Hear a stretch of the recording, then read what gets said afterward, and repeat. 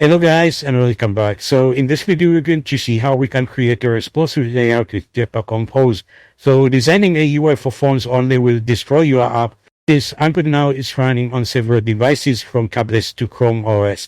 So as you can see here we have two phones and here they're just responding to different layouts. So here we're just using a normal phone and here we can just go from one screen to another screen. And here we have just the same screen that is just going to have two different screens that display them simultaneously. So without further ado, let's get started. Okay, now before we start here, you can just come to this build.gradle file here and you can add this dependence here, Android X.window, window version 1.00. And also make sure you are just using this Compose version 1.10. Now let's sync here our project and we can, so in order to change between layouts, we have to react for screen metrics at runtime. Now let's create a class that will help us on making these decisions at runtime. Okay, now let's create here a new coaching class of file. And we can call this window size.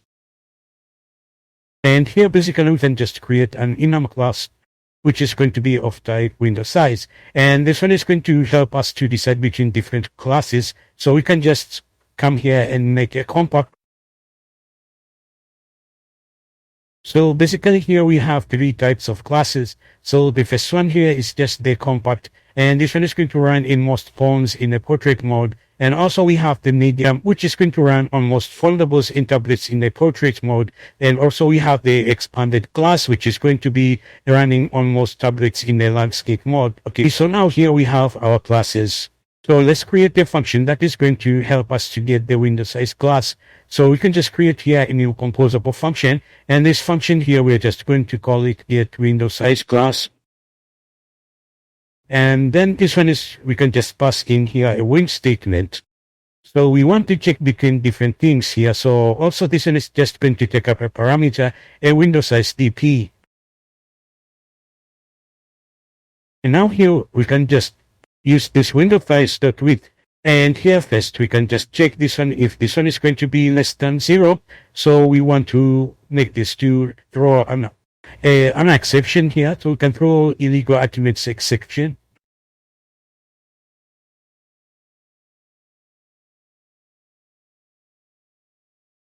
Okay, so if it's going to be less than 0 here, we are going just to throw an exception that then the p-values cannot be negative. So also after that, we can just use this window.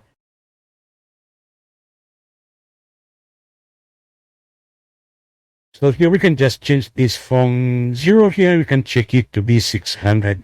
So here we want to return a window size. So we can just use window size.compact.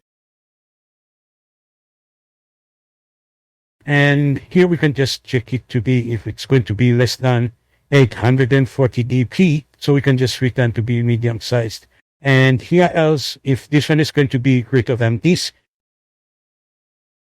So basically here we are checking if it's going to be less than 0, then we are going to throw here an illegal exception. And here we just returning if it's going to be less than 600. So the window size here, if it's going to be less than 600, we can just make it to be a window compact. And if it's going to be less than 840, we are just returning to be medium. And if it's just greater than 840 dp, we are just going to make this expanded. So if you want to get these values, you can just go to the material design component that is going to guide you on how to create responsive layouts.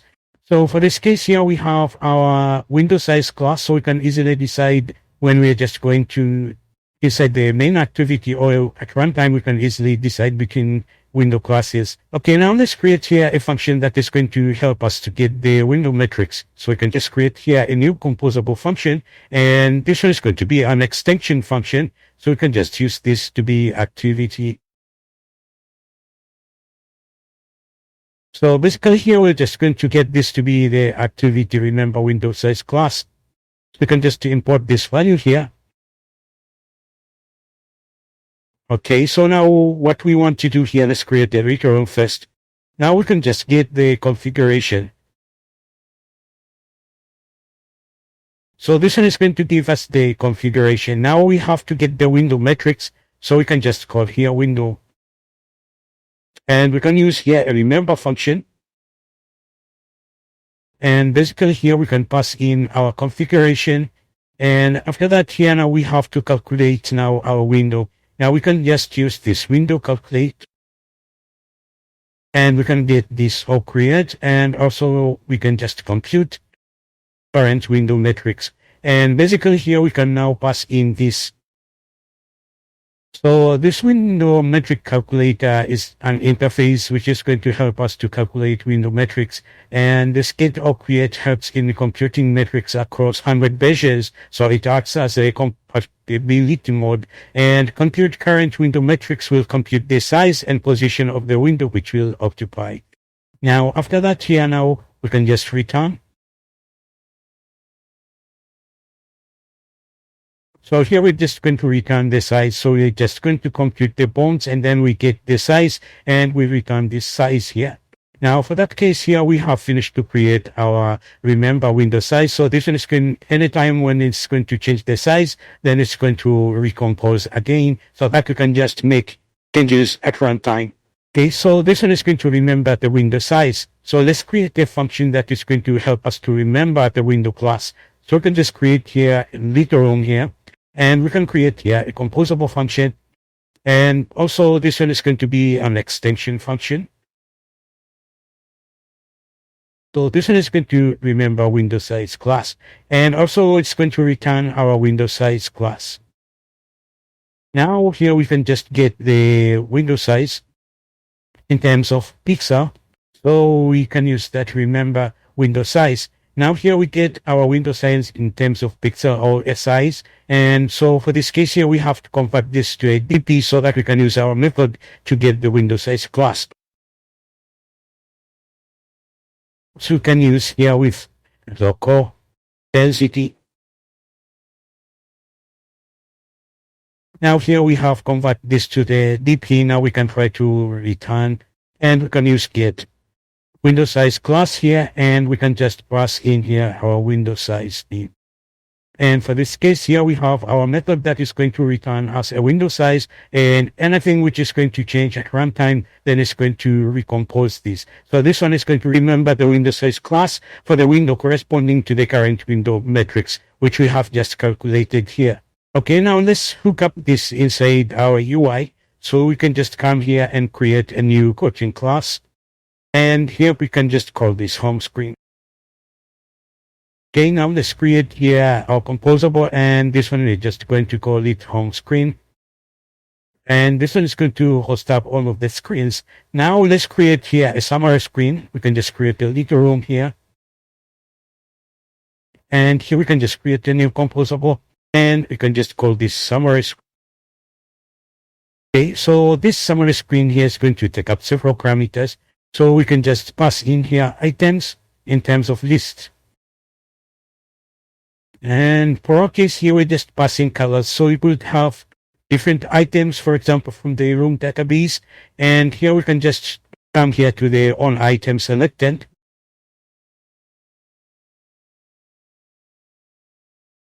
And also here we can just pass in a modifier, a default modifier. Okay, now for our case here, we're just going to keep it simple, and we can just use here a lazy column. And we can pass in here a padding of 8 dp. Now here we can just pass in items indexed.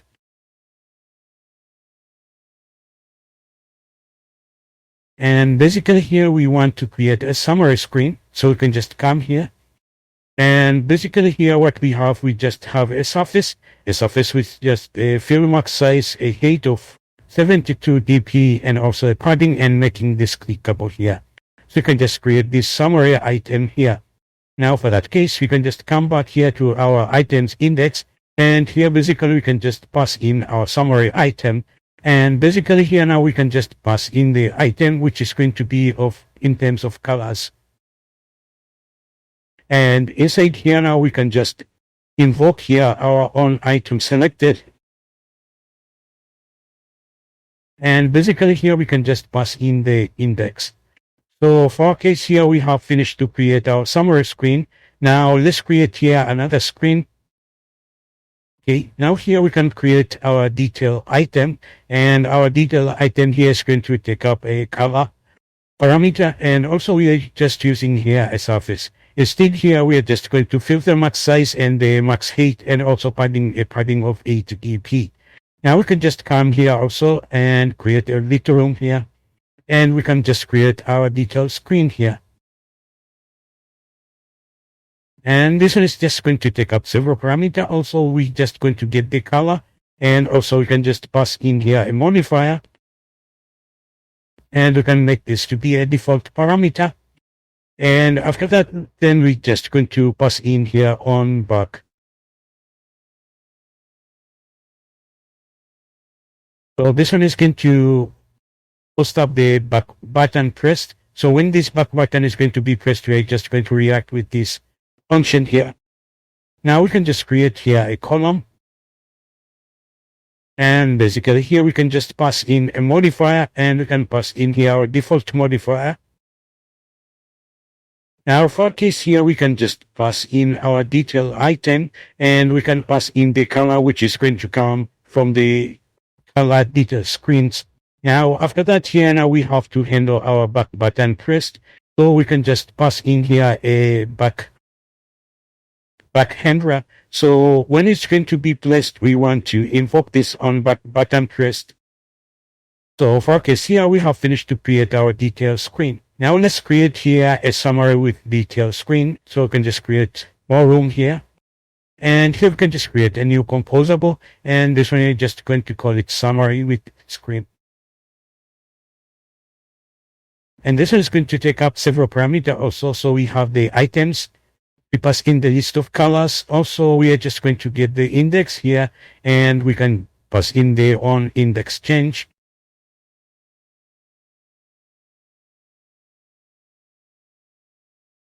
Okay, so here we can just pass in a row.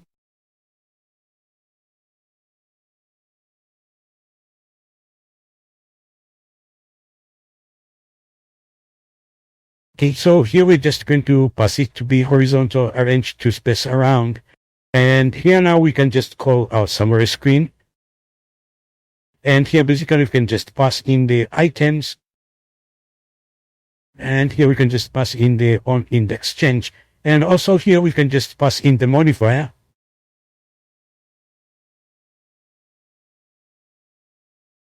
So we're just going to pass in here a default width by 334 dp. Now for the keys here, now we can just create our detail screen, and we can just call here detail screen. And in terms of colors here, we can just use the items, and because we have the index, so we can just get the index here of our color.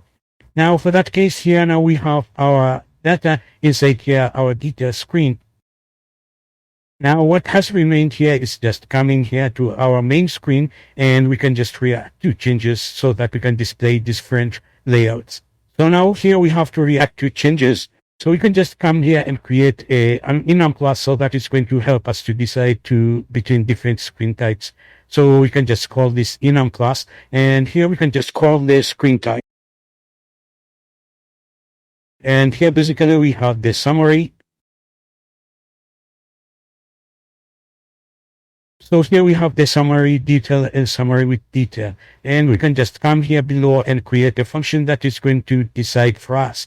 So we can just create here a new composable function, and here we can just call this get screen type, and this one just is going to return a screen type.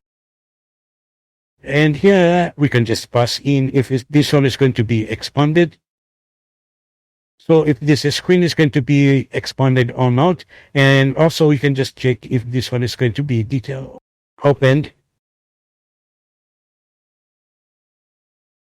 Now here we can check by using a wing statement.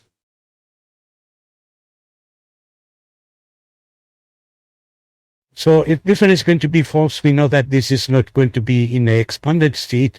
So what we can try to do here, we can also pass in here to different types. So this one could be the detail and screen. So let's create here an if statement here. And here we can just check if this one is going to be detailed opened. So this one is going to aid us for navigation. So we can just pass in here a screen type. And else, if this one is just not going to be opened, we can just pass in here a screen type summary. So if we have opened up the detail, so we just display a screen detail. And if not, we are just going to display a summary screen. And if this one is just going to be true, and here basically we are just going to return a screen type summary with detail. So here we're just checking. So if this one is just going to be false, so we know this one is just going to be a normal font. So we have to display a detail screen or a summary screen. And if not, now we have to display here both of summary with detail screen here. Okay, now let's come here to our home screen and finish up our UI. So we can just create here a little room. And now here we can just, this home screen here must receive a window size, so like we can just decide here. So for this case here, we can just use is expanded. And here we can just check if this window size is going to be equal to window size expanded. And also here now we can pass in the index.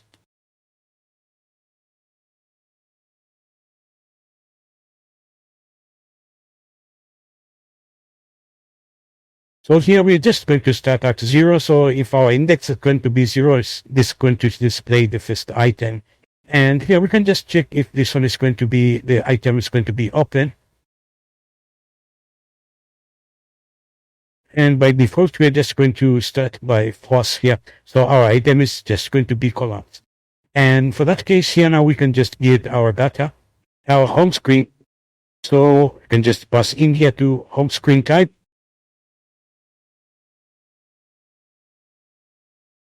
And here we can just pass in is expanded and is item opened. And for that case, we can just check if the item is opened and expanded.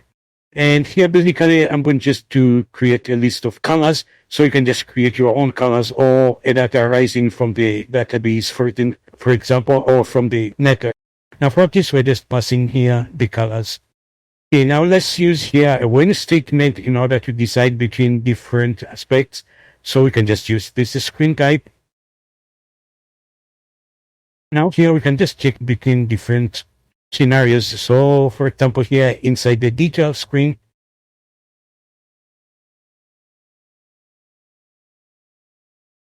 and here we have a summary with detail. And now here, if in case it's different, it's going to be a detail, so we can just call here detail screen.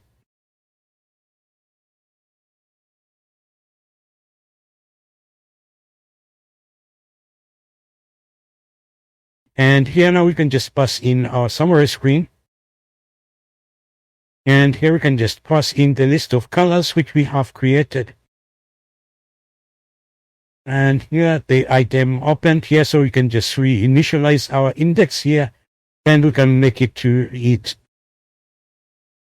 And also here we can change the item is item opened, and we can make this to be true. Okay, now here we can just finish up by calling the summary with detail.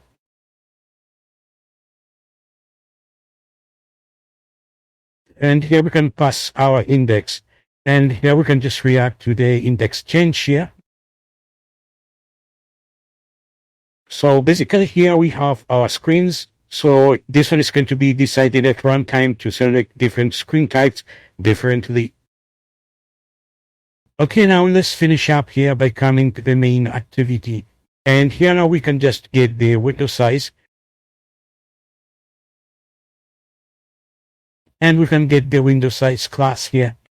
And here we can just delete this and we can just call our home screen. And here basically we can just pass in our window size. Now let's try to run our application inside the phone and see the audio. So when we run inside our phone here, you can see we are just getting a single screen with all items here, which in case will be in the terms of summary. And when we click here, we are just going to navigate to the full screen where we're just going to see everything. And for that case here now, you can just navigate here, and when you click this back button, you're just going to navigate. Now let's try to run inside an emulator where we're just going to see inside the tablet. Now let's try to run again and see. Okay, so when we run our application inside an emulator, you can see we are just getting this screen here. And this is occurring because we have forgotten just when we come here to our home screen, you can see we have not used this modifier here. So we can just come here and pass in a modifier.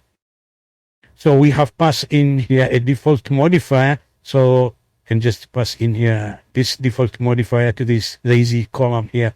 Now let's try to rerun again and see the output. Okay, now our application launches correctly, and here this part is just going to take a fix this date.